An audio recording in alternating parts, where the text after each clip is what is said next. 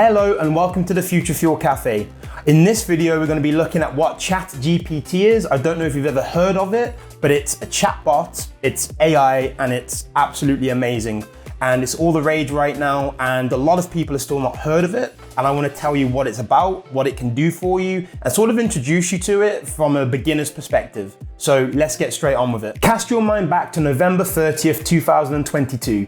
A company by the name of OpenAI, they released a chatbot called ChatGPT, and that has pretty much revolutionized the internet, and I believe it's the starting point of AI because it's a special program that can basically talk to humans and give human-like responses. And it's the first chatbot of its kind really to hit the market and be able to do that. And they achieved this by feeding it millions and millions and thousands probably of human conversations from over time, text messages, emails, pictures of conversation, and ChatGPT basically got all of this information and evaluated it and is now able to give human-like responses when you text it. And the reason it's so easy and accessible for everyone to use is because you can just text it. You can just, as if you were texting a friend, texting anyone, a family member, you send it a simple text, it will respond in that same format. No fancy code, no fancy anything, just simple, plain text. The only problem at the minute with ChatGPT is that it's limited to the information that it knows up until September 2021. Anything past that date till the present time now, it doesn't actually know anything about. However, OpenAI has plans within the near future actually to release updates to it, which will allow ChatGPT to have direct access to the internet. So if you ask it questions that are happening right now, it will be able to give you answers, information, and that's what makes it so exciting. The technology is so unknown still. And as of yet, even though it's capped until September 2021, the amount of things it can actually do for you are incredible. Here's a couple of interesting things to know about ChatGPT. When it came out in November 30th, 2022, in its first full week, it had 1 million users within 5 days. And it had a valuation after 7 days, one whole week, of $20 billion, which is insane. And right now, it's actually got a daily running cost. So that basically means for OpenAI to run ChatGPT and update it and keep feeding it all this information and, you know, keep evolving it, it cost them, it's estimated, it is not official, but it is estimated it costs them $700,000 a day to keep ChatGPT active and being able to be used by anyone and everyone. So I'm going to show you how to get access to ChatGPT quickly and how to sign up to it. It's very easy, so let's jump into my laptop. So we're going to go to Google, we're going to type in ChatGPT, and we're going to click on this one right here, introducing ChatGPT, and then we're going to go down to try ChatGPT. And then it's going to bring you onto here, and you're going to want to hit sign up, and then you're simply going to type in your email. So for this, there we go, click that and you're going to hit continue. And then it's basically going to send you now a confirmation email. So when you come through to this page then, you're going to want to put in your name, do your birthday. I was born, when was I born? 1994, May 7th, so my birthday's just been. Thank you for any well wishes. Hit continue. You're going to want to then put in your mobile number and you will have a verification text sent through to your phone. Once you've then put in your details, you're then going to be on the main page of ChatGPT. And this is what it looks like right here. You have examples of how you can use it, capabilities, and the limitations as well.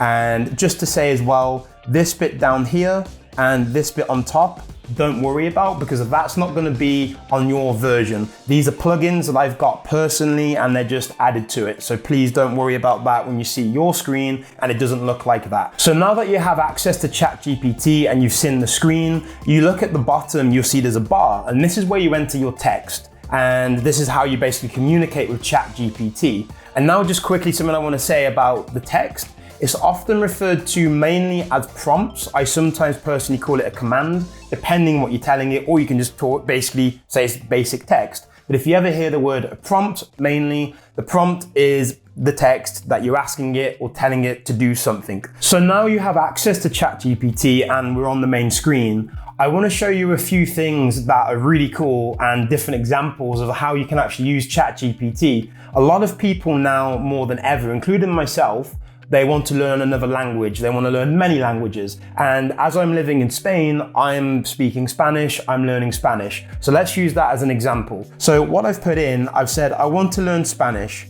Teach me 5 basic phrases and why they're good to know. So let's hit enter and see what they come back with. And instantly within not even a second, it's responding. This is absolutely crazy. So if we scroll back up to the top now, you can see the prompt that I put in. And instantly it said, hola, hello, and it just says why it's important, por favor, please, and you can sort of read the rest. But yeah, it's insane. And that's just a basic start off point.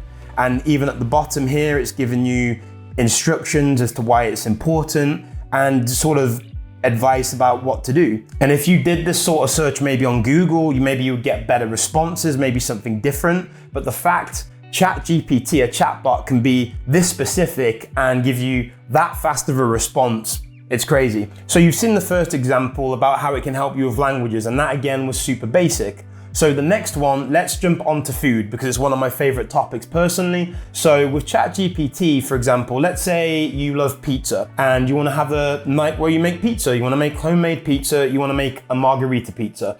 Let's go back to ChatGPT and then we can paste in this prompt. How to make a margarita pizza. Please list the ingredients. We'll hit enter and see what it does. And again, instantly it's coming back with the ingredients here. Hold on, we'll let it carry on. And you can just see the speed of how it just doesn't even take, I don't even think a second. And it's listing it on the ingredients. We've got the instructions about sort of what to do. Now you can see it's finished generating its response. We can go back up to the top and sort of see what it's said. Instantly for the pizza dough, it's given us clear instructions about, yeah, this is insane, about what we need for the toppings, optional sort of stuff if you like garlic or Parmesan cheese. And again, maybe if you search this on Google and sort of ask the same thing, maybe it will give you better responses, maybe it will give you something different. But just the fact that instantly in seconds, you get this level of detail. So if you want to make a pizza, now you can ask ChatGPT and it will show you how to be the best pizza maker, and you can invite your friends around, family, and wow them with your pizza skills. And now for the third example, I want to change it up a little bit. For example, let's say you want to make a YouTube channel and you want ideas for the name of your YouTube channel. Again, we can come to ChatGPT. We can say to it, I want to make a YouTube channel about my travels around the world. Give me 5 YouTube channel name ideas. We can hit enter and see what it comes back with. Instantly again, it's coming back with it. It's insane with the response time. So here you can see Wanderlust Adventures, Globetrotter Diaries, Roaming Nomad, Journey Chronicles, and Expedition Explorer. Now, I want to make this a little bit more advanced and sort of show you how you can get more out of ChatGPT by making the prompts a little bit more, I'm not going to say sophisticated, but just giving it more detail. So let's say to it, it knows we're making travel videos, but what sort of travel videos are we making? What is it about? So with the new prompt, we've said, I want to make a YouTube channel about my travels around the world. The YouTube channel will mainly focus on different cuisines from around the world. Again, I couldn't help myself relating it to food. Whilst also focusing on the local history of each place. Give me 10 YouTube channel name ideas that relate to this. So now instantly with this new prompt, we've given it additional information by saying the YouTube channel is a travel channel, but it's gonna focus on different cuisines from around the world. But we've also thrown in there something about, we love to know about local history, right? We want to talk about history on our channel and we sort of want to combine the two. So let's see what we get back from this. And again, instantly, it's taken the information that we've given it extra and again, taken seconds. And yeah, so we now have Taste and Tales, which I actually quite like that name to be fair. Globe Gastronomer, Culture on a Plate, I actually really like that name. So even though I like some of the names on here, let's just say for this example, we don't like any of the names on here, we think they're really bad and they just don't work for us. We can go back to ChatGPT and just say this to it, give me 10 more name ideas. Hit enter and let's see what it does. So instantly again, it's given us more. Flavors of the world, I quite like that. Taste Treks, that sounds like a good tour name. And again, it relates to the food and it relates to local history that we've said we want to focus on our YouTube channel. Now it's effectively given us 20 ideas for channel names. Let's go back to it and make it smaller. We can actually ask ChatGPT for its advice. So let's go back to it. In your opinion, what are the top 3 names? Please explain to me what you think works best about them and why. So let's hit enter and see what we get back. And again, instantly I'm lost for words on it. So it's finished generating its response. You can instantly see out of the 20 names it's given us, it's whittled it down to the final 3 within seconds. So for me, I'd probably actually like flavors of the world. So let's say for this example, we love all 3 channel name options and we're really struggling to narrow it down to pick one of the 3. We can come back to ChatGPT and you guessed it, we can ask for its advice again. Out of these 3 channel names, which one do you think best fits the criteria and why? It's crazy. Again, instantly it's saying it. So now it's finished generating its response. Let's go back up. And out of the 3, it said taste and tales. Here's why. Combination of food and history. It says about the name, alliteration, and it's memorable, and the broad appeal. And again, it gives you a sort of overall summary at the end, a conclusion if you want to call it that. You've just basically taken a basic generic YouTube channel name and saying, I just want a basic YouTube travel name. And you've basically just added a tiny little bit of extra wording in there saying what it's about. So about going around the world, tasting cuisines. And you're also going to talk about local history in different places. And it's taken that context and put it on top of the basic prompt we already had there, knowing it's a travel channel, and putting those together, you've just seen the whole process and it helps give you a more better answer. Again, the possibilities are seriously endless and there are so many different ways of using it, and that's why it's so exciting. So I hope this sort of gives you an idea, or just sort of plants the seed at least, as to the endless possibilities, and go crazy with it, go wild, go explore it. See what you can get out of it. Currently on ChatGPT, there are 3 different language models available to use. You have the legacy version, you have the default mode, and you have GPT-4. Those are the 3 current available ones. The legacy version is what we use when you sign up for the free version. So basically what that is, it's GPT 3.5. And what that is, it's the original foundation version that when I told you at the beginning of the video, OpenAI fed literally, or showed it, gave it all the information, ChatGPT, the chatbot, and that's what gave you the foundation of ChatGPT to be able to respond like a human. So the legacy version is the original one basically. So with the free version, the legacy version, it still gives amazing results. The only drawbacks that I've personally experienced is if there is high demand on ChatGPT as a whole, you will be locked out of ChatGPT if you're on the free account. Then the second version that they have of ChatGPT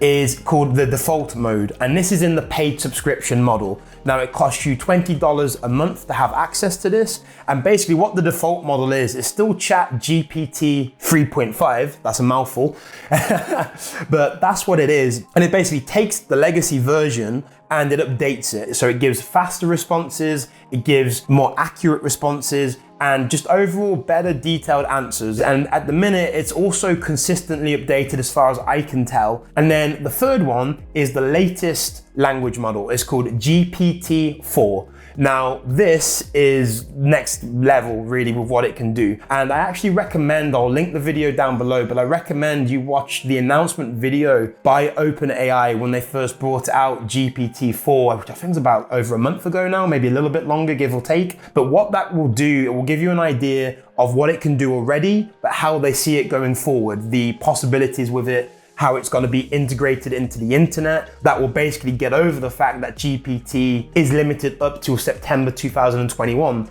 because what that will allow you to do is plug straight into the internet and ask any question in the present moment, and it'll be able to go straight onto the internet and give an instant answer, which is insane. Also, because GPT-4 is the latest language model for ChatGPT, it's the newest thing. It allows you just to ask more sophisticated prompts or anything of it, and it can give you better answers, right? But you also pay to have access to this, and any new features, maybe a plugin or access to the internet eventually, you will get access to it first. And honestly, I still believe GPT-4 is still in its early infancy. Like, the possibilities of how it can be used are, I don't even think some of them have been created yet, if I'm honest. But I think what's really good for you is, if you want to learn something like this, or you are interested in the latest version and you want to pay for it, then you can use it to put yourself ahead of your competitors. If you have a business, you're starting a business, that's one of the sort of main reasons I would suggest if you were going to use it. Because at the minute, for my current needs and my workflow, mainly filming videos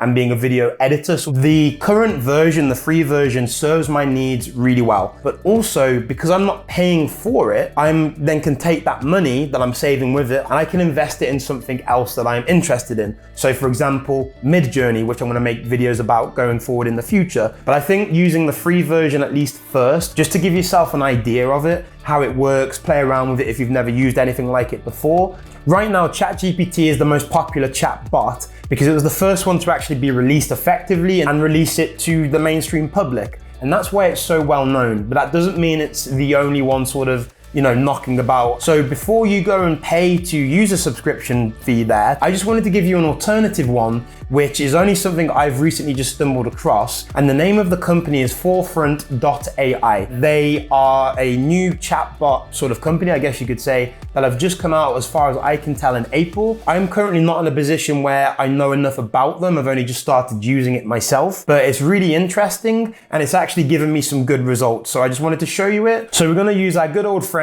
Google again. We're going to type in Forefront AI, and the first one we're going to click on, it says Forefront, a better ChatGPT experience. Interesting. Let's click it, and instantly it says a better ChatGPT experience. Sign up to get access to GPT-4. So once you've signed up, like I showed you how to with ChatGPT, it's very similar. So once you've gone through that process, you'll come to this page right here, which is the main chatbot interface for Forefront AI. At the top, you have the model and you have the persona of someone you'd like to talk to. So for example, first, let's go straight to model. If you click that, you can see you have access to GPT-4. And then also with the persona, you have different people you can effectively speak to. You can speak to a helpful assistant, a software engineer, or if you actually scroll down, you have all these different options, like from history, Ronald Reagan, you can speak with Star Wars characters, or Darth Vader. And it's just really a fascinating different way of interacting with it. And these are like personalized characters that make your experience a little bit more fun, a little bit more entertaining. So for example, let's click on, let's go with Darth Vader. So instantly you can see once you click on it, it says, "Greetings, young one. I am Darth Vader, Dark Lord of the Sith, Enforcer of the Galactic Empire." And let's take one of our prompts that we tried earlier about how to make a pizza. And we're using GPT-4 because we can see it there. Let's paste in the prompt, how to make a margarita pizza. Please list the ingredients. Let's hit enter and see what we get. Instantly, it's given us the same results, but with a twist of making it more personalized like Darth Vader. And I am gonna say I'm noticing it's a little bit slow with it responding compared to the speed of ChatGPT. So maybe that's one thing that you sacrifice, is the speed element a little bit. Saying that again though, with ChatGPT, with the legacy version, it did give us more detail on certain things. So again, maybe that's what you pay for, the difference. And this is what I recommend you go off and play with, because I've only used this such a little time and I just wanted to show you as an example. And there's one other thing I wanted to show you quickly on Forefront's Discord channel. You have access to announcements, news, and sort of meet people and find out more about it. So when you come onto the Discord channel, you can actually see it says welcome to Forefront. It gives you, options for the announcements, general support, feedback. And if you scroll down a little bit, you can actually see it says, yes, Forefront Chat was released, on April 21st, so it's not even a month old. There are currently no paid plans, but possibly in the future, they are gonna release them. So you can see that right here. And that's quite interesting to see how they'll go about doing that. Have a look at it, play around with it, see what you can find out. and, you know, explore different options, because there's more than one option of ChatGPT. I still think ChatGPT is absolutely phenomenal, and if that works for you, then go ahead. But if you can save the money and invest it in other things, or try it, you know, make your money work for you. So just before we get to the end of the video, there's just one thing I sort of wanted to say, I guess, about ChatGPT, but also about chatbots as a whole. They all have limitations, right? And, you know, the newer the language models get, so ChatGPT 4, for example, you know, it allows you to give even more complex answers, better results, because, you know, it's progressed. However, it still does make mistakes because it's fed data at the end of the day. It's not a human, it's not, there's just a difference at the end of the day, and it's just something I want you to be aware of. But in a conclusion, as a whole, I think this software, this technology, this AI chatbot sort of whole sphere is phenomenal. And I think it's just something that, if we're aware of it, you know, it creates all this new opportunity in business, in creating wealth, in creating abilities to help people. It's just endless possibilities, and we're only scratching the surface. I really hope this video has helped you if you are a beginner or someone who's not heard of ChatGPT or any AI in general up until this point now of watching this video. That I really hope it's gave you a nice introduction to it, and just to say a final thank you again for your time, for watching, and I really hope it helped. Thanks for watching. I'll see you in the next video. Bye.